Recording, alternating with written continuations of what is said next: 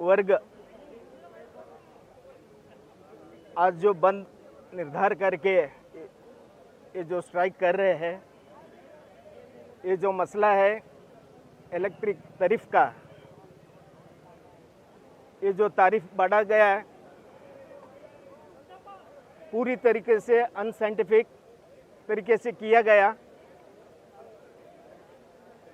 ये पूरा सारे इंडस्ट्री और व्यापार वर्ग को प्रोडक्शन कॉस्ट दुगना होता है और ये पूरा आम पब्लिक पे पड़ता है। और इतिहास में ऐसा कभी नहीं हो गया दुगना, मिनिमम 50% बढ़ा दिया है। उसके बाद कहीं घरों में आपको डबल बिल आ रहा है। ये पूरा गलत तरीके से ये जो अमेंडमेंट हो गया ये तुरंत वापस लिए जाए। सरकार को मैं विनती कर रहा हूँ, पिछले जो बिल है वो पावती करे और आने वाले का जो ये मसला है पूरा परिशीलन करना है। ये जो तहकीकात करे, अभी बहुत 1 महीना इलेक्शन परेड में करके ये पूरा पब्लिक को गुमराह किया है। ये जो बात अच्छी बात नहीं है। ये पूरा सारे इंडस्ट्रियल बिजनेसमैन और पूरा चेंबर ऑफ कॉमर्स FKCCI से ये पूरा मीटिंग होने के बाद ये जो कौन से तरीके में आप बढ़ा रहे हैं वो सबको समझना चाहिए। इसको कम से कम सब इंडस्ट्री वालों को 6 महीने से साल भर लगेगा ये पूरा समझ में आने के लिए, और आगे उनका प्रोडक्शन कॉस्ट भी किसी का हित में नहीं रहता है। तो ये सारे चीज़ है। ये अभी सरकार से और KRC से हमारा विनती है, तुरंत पुराने बिल पावती से हिसाब से पहले आपको पावती, क्योंकि हमने भरना नहीं चाहते हैं। आपको आपका भी चलना है, हमारा भी चलना है। तो तुरंत आके तुम अनवांटेड बिल क्रिएट करके आप कटिंग को आए तो कोई भी मौका नहीं देंगे पब्लिक। आप इसके पब्लिक के हित में आप अगर पुराने तारीफ को रिवाइज करके वापस ये जमा कर लिए और ये आगे वाला आने का दिन ये पूरा परिशीलन होना है। ये सारे पब्लिक और इंडस्ट्री वालों का नोटिस में आना चाहिए किस लिए बढ़ रहा है, किस लिए क्या हो रहा है।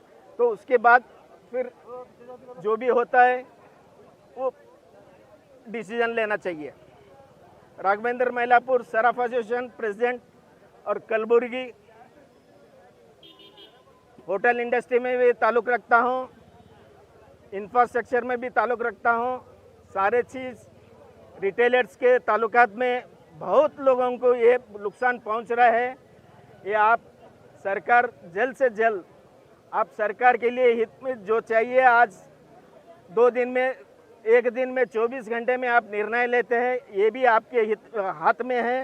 ये 24 घंटे में ये वापस लिए गए। उसके बाद में जो पिछले सरकार करे, ये सरकार करे, हमें कोई लेना देना नहीं है। हमें हमारा व्यवहार चलना चाहिए, नहीं तो पूरा फैक्ट्री इंडस्ट्री सब सारे बंद होने के इसमें नौबत में आते हैं। आप बहुत जल्द से जल्द इसको निर्णय देना बोल के हमारा सबका विनती है। में Karnataka electricity power tariff hike किया गया है, उसके अगेंस्ट में जो है chamber of commerce and industries association और कॉमर्शियल एस्टेब्लिशमेंट ने जो कर्नाटका बंद का कॉल दिया था 22 जून 2023 को, आज गुलबर्गा काफ़ी सक्सेसफुल बंद रहा। सारे कारोबार, मार्केट सारा बंद रहा, सारे इंडस्ट्रीज़ बंद रहे। बहुत स्ट्रांग प्रोटेस्ट रहा गुलबर्गा में इलेक्ट्रिसिटी पावर टैरिफ हाइक के ऊपर। जिस तरीके से ये पावर टैरिफ हाइक किया गया है, ये ऑलमोस्ट ये है कि भाई it is like to close और shut down the industries and commercial establishment.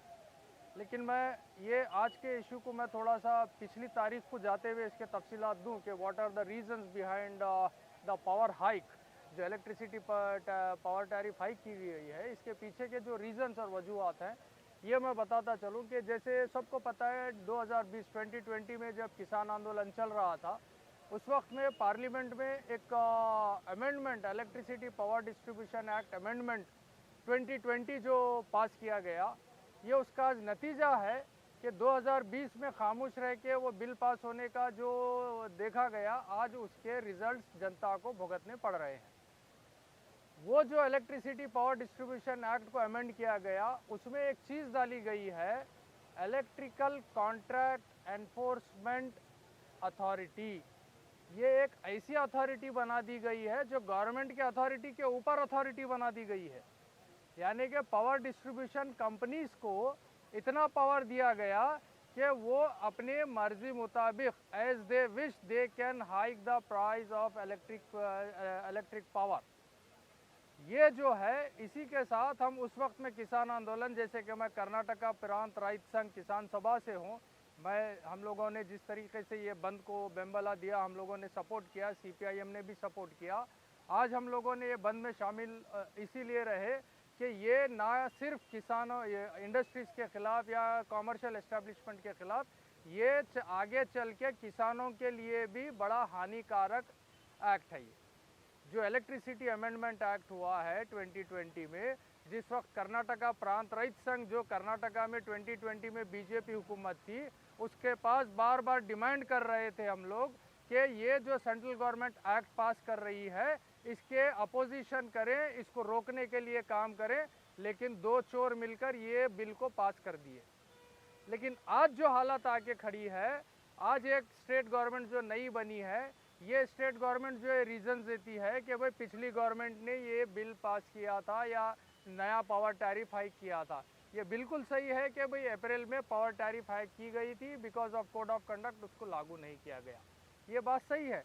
लेकिन क्या गवर्नमेंट इतनी मजबूर है कि एक जो अथॉरिटी बनाई गई है, क्या वो गवर्नमेंट के ऊपर है कोई अथॉरिटी, जो अथॉरिटी के पावर टैरिफ हाइक को वापस ले नहीं सकती गवर्नमेंट?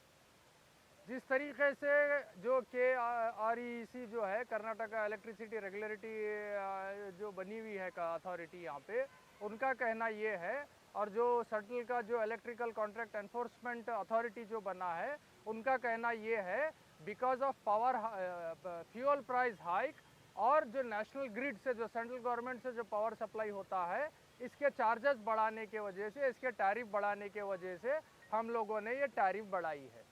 यानी कि जो एक्ट सेंट्रल गवर्नमेंट ने पास किया था, वो फाउंडेशन बना कॉरपोरेट कंपनीज़ को, डिस्ट्रीब्यूशन कंपनीज़ को अपना पावर टैरिफ रेट बढ़ाने के लिए। आज उसके ऊपर एक बड़ी बिल्डिंग खड़ी हो गई, जिसको आज हम बड़ी पावर टैरिफ हाइक के नज़र में देख रहे हैं। और साथ ही साथ जो फ्यूल प्राइस हाइक है और जो नेशनल पावर ग्रिड से जो पावर सप्लाई मिलती है डिस्ट्रीब्यूशन कंपनीज़ को, ये दोनों के चार्जेस बढ़ने से इसका महंगाई का मार वो आके कस्टमर्स को लग रहा है।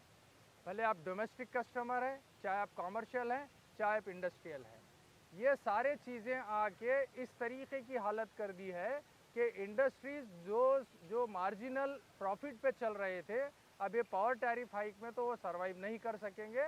और ये MSME सेक्टर, जो इंडस्ट्री सेक्टर है, ये पूरी तरह ऑलमोस्ट ऑल नॉर्थ कर्नाटका में, एटलीस्ट कल्याण कर्नाटका में तो ये कोलैप्स हो जाएगा। और साथ ही साथ जो कॉमर्शियल एस्टेब्लिशमेंट है, जो कॉमर्शियल कॉम्प्लेक्सेस हैं, शॉप्स हैं, इनके भी तो चार्जेस बढ़ाए गए हैं।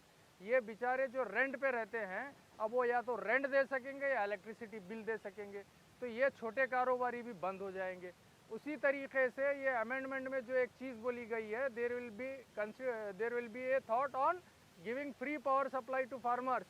ये एक उसमें क्लॉज है, जो किसानों को फ्री इलेक्ट्रिसिटी मिल रही है, उसको किसी हालत में बंद करने का एक फार्मूला जो बनाया गया है ये एक्ट में, उसके तहत जो आधार लिंक किए जा रहे हैं किसानों के, जो आईपी सेट्स के साथ, जो पंप सेट के साथ जो लिंक किए जा रहे हैं, ये आधार कार्ड लिंकिंग भी कहीं ना कहीं जाके किसानों के पंप सेट को इलेक्ट्रिसिटी चार्ज करने की तरफ जा रहा है। हम कर्नाटका प्रांत रहित संघ से, सीपीआईएम से हम यही डिमांड कर रहे हैं, कर्नाटका स्टेट गवर्नमेंट और सेंट्रल गवर्नमेंट अपने प्राइजेस रिवाइज करे और इमीडिएटली ये जो पावर टैरिफ हाइक किया गया है इसको फौरन वापस ले, नहीं तो किसान आंदोलन फिर से खड़ा होगा, इंडस्ट्रीज का आंदोलन, इंडस्ट्रियलिस्ट का आंदोलन होगा, कॉमर्शियल कॉम्प्लेक्सेस, कॉमर्शियल एस्टेब्लिशमेंट, ये सारे किसान, मजदूर, कारोबारी फिर से इकट्ठा होकर सेंट्रल गवर्नमेंट और स्टेट गवर्नमेंट के खिलाफ मोर्चा खोलेंगे।